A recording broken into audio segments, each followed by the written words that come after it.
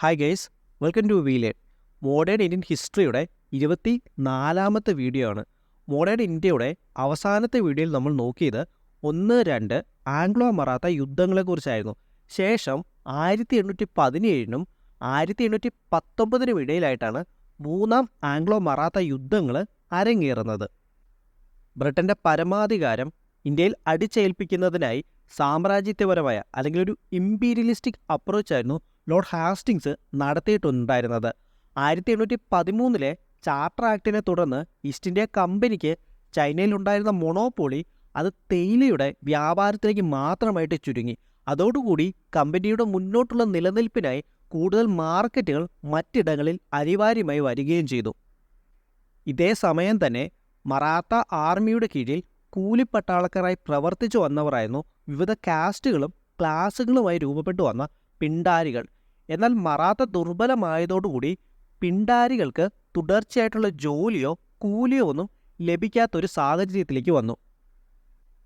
അങ്ങനെ ഇതിനെ തുടർന്ന് പിണ്ടാരികൾ അയൽ ഭൂപ്രദേശങ്ങൾ കൊള്ളയടിക്കാനായിട്ട് ആരംഭിക്കുകയും അതിൽ ബ്രിട്ടീഷ് ഈസ്റ്റ് ഇന്ത്യ കമ്പനിയുടെ പ്രദേശങ്ങളും ഉൾപ്പെട്ടിരുന്നു. ഇതിനെ തുടർന്ന് പിണ്ടാരികൾക്ക് അഭയം നൽകുന്നത് മറാത്തകളാണെന്ന് വാദിച്ചുകൊണ്ട് മറാത്താസിനെ ഇംഗ്ലീഷുകാർ ചാർജ് ചെയ്യുകയും തുടർന്ന് പിണ്ടാരികളുടെ നേതാക്കളായ അമീർ ഖാൻ, കാരിം ഖാൻ തുടങ്ങിയവർ കീഴടങ്ങുകയും ചിറ്റു ഖാൻ കാടുകളിൽ ഓടിമറയുകയും ചെയ്തു.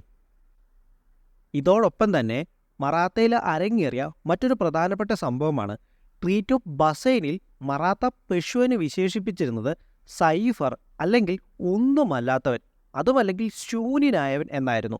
ഇത് മറ്റ് മറാത്ത ലീഡേഴ്സിൻ്റെ ആത്മാഭിമാനത്തെ മുറിവേൽപ്പിക്കുകയും ട്രീറ്റ് ഓഫ് ബസൈൻ അവർ അവരുടെ സ്വാതന്ത്ര്യത്തിന് മുകളിലുള്ള ഒരു സമ്പൂർണ്ണമായിട്ടുള്ള കീഴടങ്ങലാണെന്ന് ആരോപിക്കുവാനും തുടങ്ങി.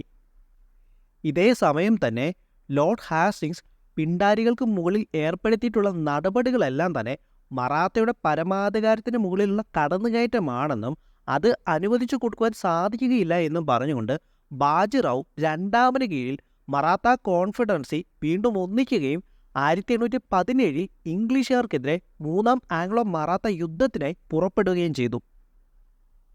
അങ്ങനെ പെഷ്വമാർ പൂനെയിലെ ബ്രിട്ടീഷ് റെസിഡൻസിയും അപ്പാ സാഹിബ് ഓഫ് നാഗ്പൂർ റെസിഡൻസിയും കൂടാതെ ഹോൾക്കർമാർ യുദ്ധത്തിനായി തയ്യാറെടുക്കാനുള്ള പ്രഖ്യാപനവും നടത്തി.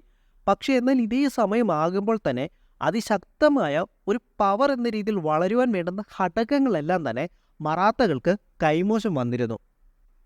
മൊത്തം മറാത്തകളുടെയും പൊളിറ്റിക്കലും അഡ്മിനിസ്ട്രേറ്റീവുമായിട്ടുള്ള സാഹചര്യങ്ങൾ പരിശോധിച്ചാൽ അത് യാതൊരു തരത്തിലുള്ള എഫിഷ്യൻസിയും ഇല്ലാതെ വളരെ രീതിയിൽ ആശയക്കുഴപ്പങ്ങൾ നിറഞ്ഞതായി നമുക്ക് കാണുവാനായിട്ട് സാധിക്കും.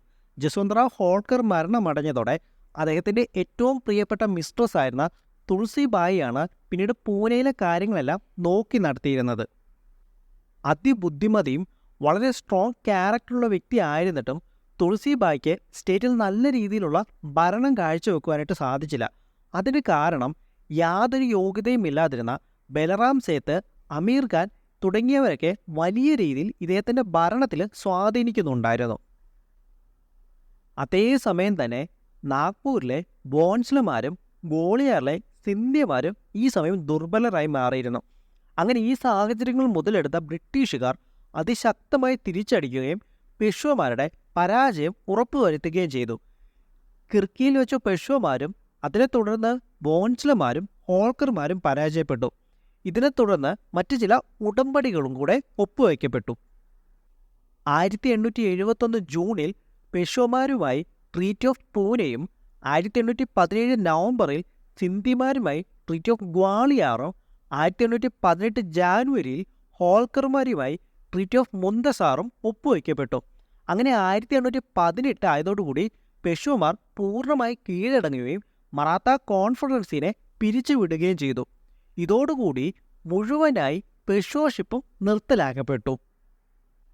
അങ്ങനെ പെഷ്വ ബാജിറാവു ബ്രിട്ടീഷ് റീറ്റെയിനറായി മാറുകയും കാൺപൂരിനടുത്തുള്ള ബിത്തൂർ എന്ന് പറയുന്ന സ്ഥലത്തേക്ക് മാറ്റപ്പെടുകയും ചെയ്തു. ഇതിനുശേഷം ശിവാജിയുടെ തലമുറയിൽപ്പെട്ട പ്രതാപ് സിംഗിനെ സത്താരയുടെ ഒരു ചെറിയ പ്രിൻസിപ്പാലിറ്റിയാണ് സത്താര, പെഷ്വയുടെ ഡൊമീനിയൻസ് എല്ലാം ചേർന്ന് രൂപം കൊണ്ടുവന്ന സത്താരയുടെ ഭരണാധികാരിയായിട്ട് നിയമിക്കുകയും ചെയ്തു. ഇത്രയും ആകുമ്പോൾ തന്നെ മറാത്താസിൻ്റെ ശക്തി കേന്ദ്രങ്ങളെല്ലാം പൂർണ്ണമായി തന്നെ ഇന്ത്യയിൽ ഏകദേശം അവസാനിച്ചിരുന്നു. അപ്പോൾ ഇത്രയുമാണ് ആംഗ്ലോ മറാത്ത യുദ്ധങ്ങളെക്കുറിച്ച് നമുക്ക് പഠിക്കുവാനുള്ളത്. അപ്പോൾ ഇനി വരുന്ന വീഡിയോയിൽ എന്തുകൊണ്ടാണ് മറാത്താസ് പരാജയപ്പെട്ടു പോയത് എന്നുള്ളതിനുള്ള റീസൺസ്, അതിൻ്റെ കാരണങ്ങൾ നമുക്ക് ഓരോന്നെടുത്ത് വളരെ ഡീറ്റെയിൽ ആയിട്ട് ചെയ്യാം. എന്തുകൊണ്ടാണ് മറാത്താസ് പരാജയപ്പെട്ടു പോകുവാനിടയായിട്ടുണ്ടായിരുന്ന അല്ലെങ്കിൽ അതിന് ഉരുത്തിരിഞ്ഞു വന്ന സാഹചര്യങ്ങൾ എന്നുള്ളത് 1 by 1 ആയിട്ട് നമുക്ക് അടുത്ത വീഡിയോയിലൂടെ നോക്കാം. അപ്പോൾ ഓക്കെ, താങ്ക് യു. അതിന് മുമ്പ് ഞാൻ വീഡിയോ അവസാനിപ്പിക്കുന്നതിന് മുമ്പ് നമ്മുടേത് വളരെ ചെറിയൊരു ചാനലാണ്. നിങ്ങളുടെയൊക്കെ സപ്പോർട്ട് ഉണ്ടെങ്കിൽ മാത്രമേ നമുക്ക് മുന്നോട്ട് പോകാനായിട്ട് സാധിക്കുകയുള്ളൂ. വീഡിയോയിൽ എന്തെങ്കിലുമൊക്കെ പോരായ്മകളുണ്ടെങ്കിൽ അത് ഡെഫിനറ്റ്ലി എൻ്റെ അടുത്ത് പറയാം കേട്ടോ. എന്ത് മിസ്റ്റേക്ക് ഉണ്ടെങ്കിൽ നിങ്ങൾ എൻ്റെ അടുത്ത് പറയാം കേട്ടോ. അപ്പോൾ ഓക്കെ, താങ്ക് യു.